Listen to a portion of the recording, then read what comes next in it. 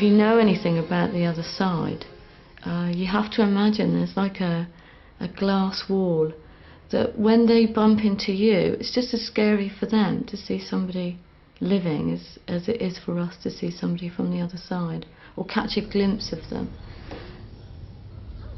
Cockington is a small village that lies between the southern slopes of Dartmoor and the sea in southern England.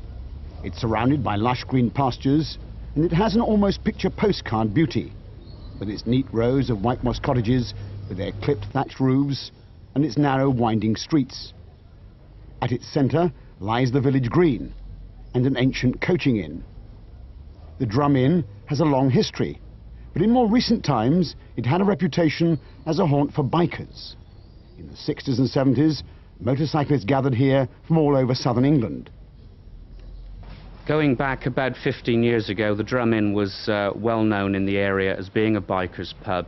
It was a gradual thing that had occurred over a period of time, but in about the mid-70s, you couldn't come anywhere near Cockington without seeing swarms of motorcycles. The problem then was a commercial thing, was that it was putting off other types of visitors to the area, and to the pub in particular. Families would drive up to the pub and see hordes of motorcycles parked outside. What is less well known, indeed it's known only to a small group of people, is that the inn also has a ghost. A ghost, or an apparition it seems, of a motorcyclist dressed in full leather gear. He has been experienced at various times over the past 5 or 6 years, in particular by the 3 or 4 people who live and work here. It's late one night. Normally I can run up and down to the cellar, absolutely no problem whatsoever. But we just closed, so I was doing all my usual cellar work that I had to do. And as I went down into the cellar, I carried on down. As I hit the actual cellar floor, I came over with an immense sense of chill and cold, and I could hardly move. It was quite frightening at the time, looking back on it. I mean, it doesn't affect me now, but it just happened this once where, you know, this presence made itself known. Quite often when I'm working alone in the cellar, I catch things out of the corner of my eye, look round expecting people to be standing behind me, and hearing things that I really can't explain. In the first year of us living here, I noticed there was always somebody behind me, or a movement at the corner of my eye. I could never quite understand what it was. And one winter's evening, I was working in the kitchen, and somebody came in through the door. And my dog, who is a guard dog, would usually bark very loudly, or if it was a member of staff, would wag her tail and be very excited.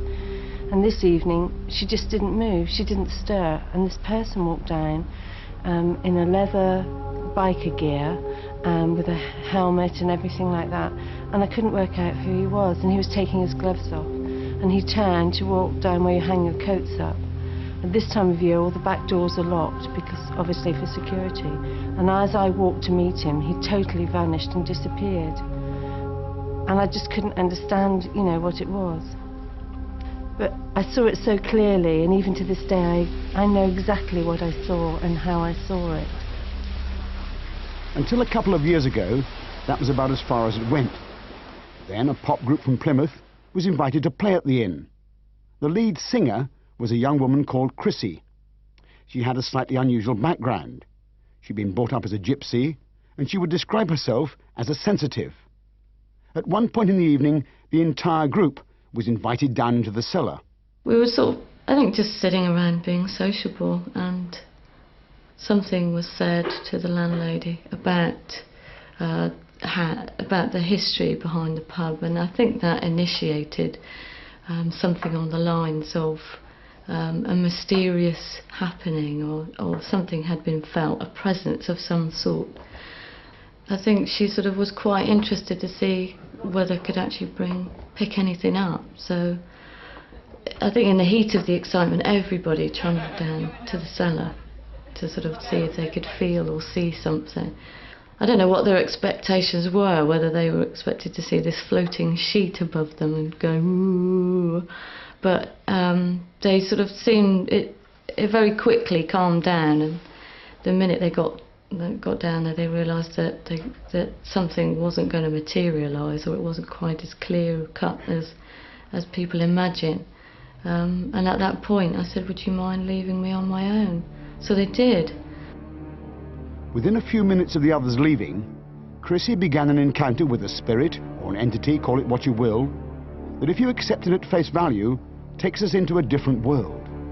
It seems to give a most extraordinary view of what is often called the other side. Right in the corner of that cellar is it looks like a huge cupboard, and the minute the sort of air cleared, he just walked out and said hello, and we just immediately got into conversation with each other. I didn't ask him the sort of questions that people would automatically think of asking, like, how did you die, how long have you been dead? It's actually like talking to somebody else who's living, but acknowledging the fact that there are some personal questions that you don't ask. He was about 5'9" or 10, medium build, quite long in the legs, and completely dressed in leather with large boots, and he held his helmet the whole time, his crash helmet, under his arm. It never moved from his body. It was almost like it was attached to him. Obviously everything was black. I don't really remember much about his facial features because I couldn't really see him that well in the light. He spoke with a sort of local accent, but again it's hard to actually remember exactly what his dialect was. Chrissy claims that she had what amounts to a conversation with the young motorcyclist, in which he described his continuing life or existence or being. Difficult to know what word to use. Almost as if there had been no interruption, no discontinuity. She claims, for example, that he described how he still spends hours polishing and cleaning his bike, even chatting to his mates. It was his private place. He liked to be there.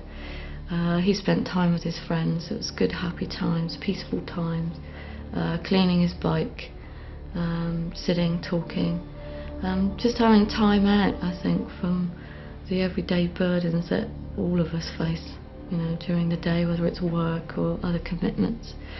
And that he wanted to make sure that I knew that it was his private domain. He didn't want that interrupted at all, and that he was quite shy and very apologetic at the hint of upsetting anybody or causing any anxiety.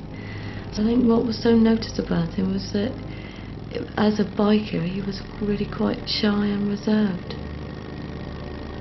So it seems obvious to me that it was a great effort for him to come out and speak to me. I think he must have heard everybody trundle down to the cellar. In her quite extraordinary account, Chrissy creates a picture that has echoes of ancient civilizations in Egypt and China and elsewhere, where people were buried with their possessions and their musical instruments and so on, to continue their life on the other side. She claims, for example, to have talked with the ghostly biker even about the music he still listened to. The music that he referred to was very much the sort of music of the 70s, the Born to Be Wild stuff, and anything that was to do with the masculinity of riding a bike. Because he was a shy type, he didn't seem to be that keen on the real aggressive rock that's out. I think he just enjoyed the sort of 70s stuff, really. I think sort of bikers, their own language is through their clothes, obviously the machine they ride, and the language of music, so that's quite significant.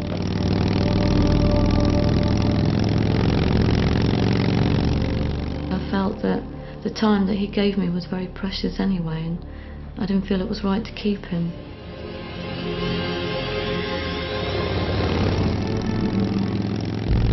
The extraordinary encounter in the basement of the village inn between the singer and the biker's ghost contains such extraordinary detail that we decided to call in an internationally known psychic medium to see if he could make contact, and if so, would the accounts match up. We gave him no information other than the fact that there had been a number of sightings. When he arrived at the inn, Peter, the medium, spent some time exploring the house. Then he sat down in a particular corner, as it happened, where several strange experiences had taken place. And almost immediately, he began to hold what can only be described as a conversation with something or someone unseen. But the similarities to Chris's description were quite remarkable. I've got a young man. He's in his early 20s, perhaps heading up towards 25, 23, 25, something like that. He feels as though he's slim, quite slim, and a bit taller than me, so that makes him, what, 6'1", something like that. He's got a motorbike helmet on, which he's taken off, and his hair comes down to about here on his neck. It's darker hair, much darker than mine, towards the black. He had an accident about 3 or 4 miles away from here. But the reason that he's in here is because this was the local place that he used to come to. This is where his friends were. He feels at home here. And he's made me sit in his seat because this is where he prefers to be. The message that I'm getting is that he, in fact, just before he died, there seems to have been some emotional upset with some young lady, which caused him a great deal of grief and anxiety, and led to him, not directly but indirectly, led to him actually having the accident which killed him. It was an accident that killed him, it wasn't a deliberate thing. There's a great deal of sorrow building up around him. I feel a great deal of sadness inside him, and the feeling is that he's been wandering around here for a long, long time, trying to go over, but he's just wanting to say he's sorry. Now he's talking about people because he's frightened quite a few people by his sudden appearances, and what he's saying is that every so often the emotion, the feeling, the emotion around him gets so strong that he just materializes to other people. He's not materializing to me in that sense at the moment, but other people will no doubt have seen him in a solid form, and this is when he's either attracted to somebody because of the sympathy that they would send out to him, or else the pain that he's suffering at that precise point is too much. Now, he doesn't do this very often. He's talking about 6 appearances that he's made to various people over the last 4 or 5 years, especially over the last 4 or 5 years. So he's gradually been building up to a stage where he's asking to be released and to get away from it all. Peter felt compelled to take some action, to respond to the appeal he claimed to have received. We followed him down to the cellar, to a spot close in fact to where Chrissy claimed to have had her encounter. And he began to go through what he described as a release process. I would ask for those of you who are with me just to be still for a moment and think of him as a person who's been lost for many years in between these worlds and who's now taking a big step in his life because he's going to be free for the first time for a long time. And so what we do is we create an energy into which he can move. Nevermore. Come on, sunshine, where are you? Okay, it's alright. Come on, towards me, you're okay. Okay, come on, you're alright. There's nothing to bother about. You can do it. Just walk into the light. Okay, he's moving forward now towards me. He's actually standing just in front of me now. Okay, it's alright. Just bring yourself forward. That's it. Okay, just step into the light. That's it. Okay, you're in. Okay, and we ask a divine and loving Father that this your servant be received into the light. Amen. Okay. Thank you.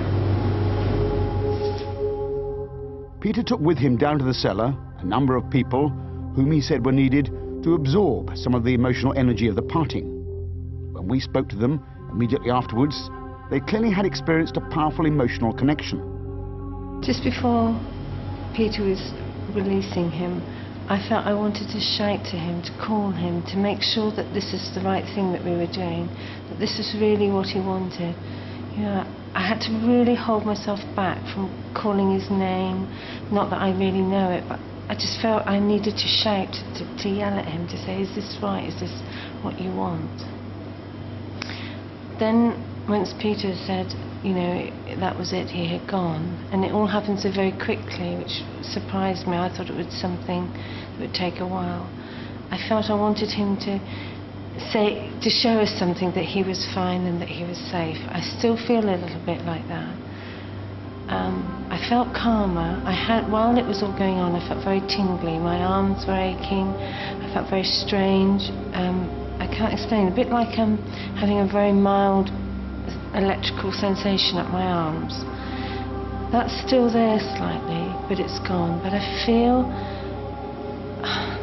it's like a sad. It's not sad. I can't explain. I just feel very strange. One has to ask, how much of this is pure theatre, pure hokum? Most scientists would say just about all of it. But is that the whole picture? There is nothing here of the things that science is best at, nothing to measure or to weigh, nothing to run controlled tests on. We're into a different world, a world that has a high emotional or spiritual dimension, certainly a world where science has never been very comfortable. And the same is undoubtedly true of Peter's explanation of what was going on. Basically, he's some sort of energy form. He hasn't got a body, the same as you and I, but he's got an energy form. Now, his energy form, rightly, shouldn't be on the Earth. And people ask me this question, and I say, well, you've seen relatives die. And you can go and look at a body a few hours after death, and you'll say, there's nothing there. Whatever it is, that spark has gone. Now, in the normal course of events, people will move from one vibration, from one place to another. I mean, religiously, it might be called heaven. But if you think of it in terms of energy, rather than religion, in scientific method, they've moved one vibration to another and they're away. Now, if a person goes from this world unprepared and not prepared to go, then they can, through no fault of their own really, find themselves in some sort of in-between world of existence.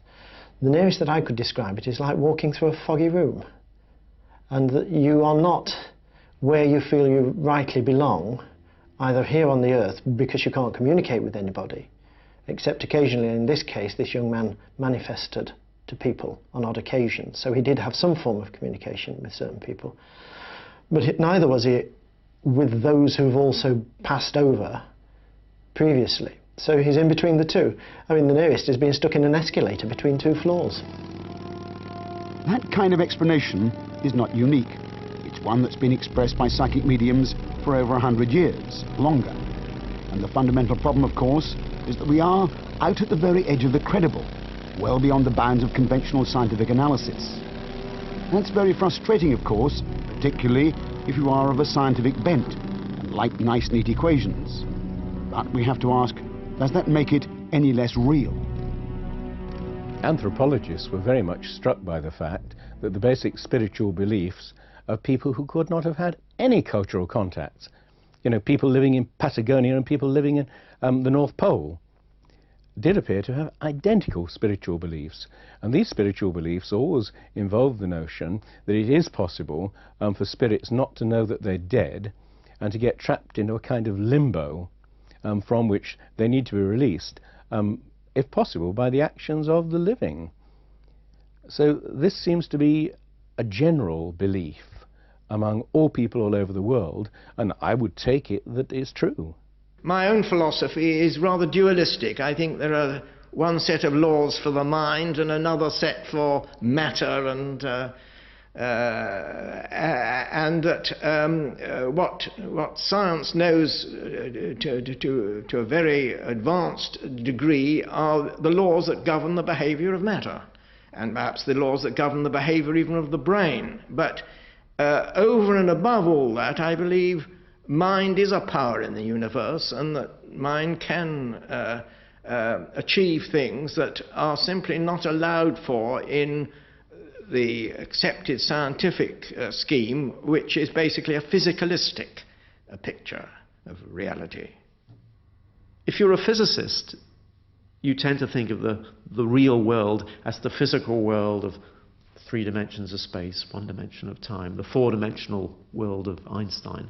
That's what we tend to think of as physical reality. So you say something is real because it exists in that 4-dimensional world, 4-dimensional space-time. But my own view is that we cannot be completely sure that that's what reality consists of exclusively. One has to bear in mind the possibility that there could be a higher level of reality of which the physical world, what we call the physical world, is just a part. So that even though something isn't real in the sense that it's not part of the physical 4-dimensional space-time of physics, conceivably there might be this higher world with respect to which it has a reality. If we could get back to this state of mind that was probably absolutely taken for granted in ancient Egypt at the time they built the pyramids, say 2500 BC, we would find this whole question of the paranormal completely self-evident and obvious. There wouldn't be any question about it, because they didn't see any distinction between this world and the next. And I'm sure they were perfectly right. I'm sure they could actually see spirits wandering around. Certainly, you know, their priests could. Now, we've deliberately suppressed that faculty because it's useless to us. It would distract us, and would certainly distract us from, you know, building the kind of civilization that we have got. Therefore, it's extremely important that we don't start getting it back. It has to be said that nothing about the events at the Drum Inn can be described as proven in the scientific sense. But then our minds are difficult to identify, and yet we're all quite sure we have one. There is clearly much more to this world than is dreamt of in the purely scientific philosophy. The $64,000 question, of course, is how much more? It would seem that Chris's encounter lies in that grey area. The conversation she claims to have had with a young man who died all those years ago would seem to raise the most profound questions about what happens after death.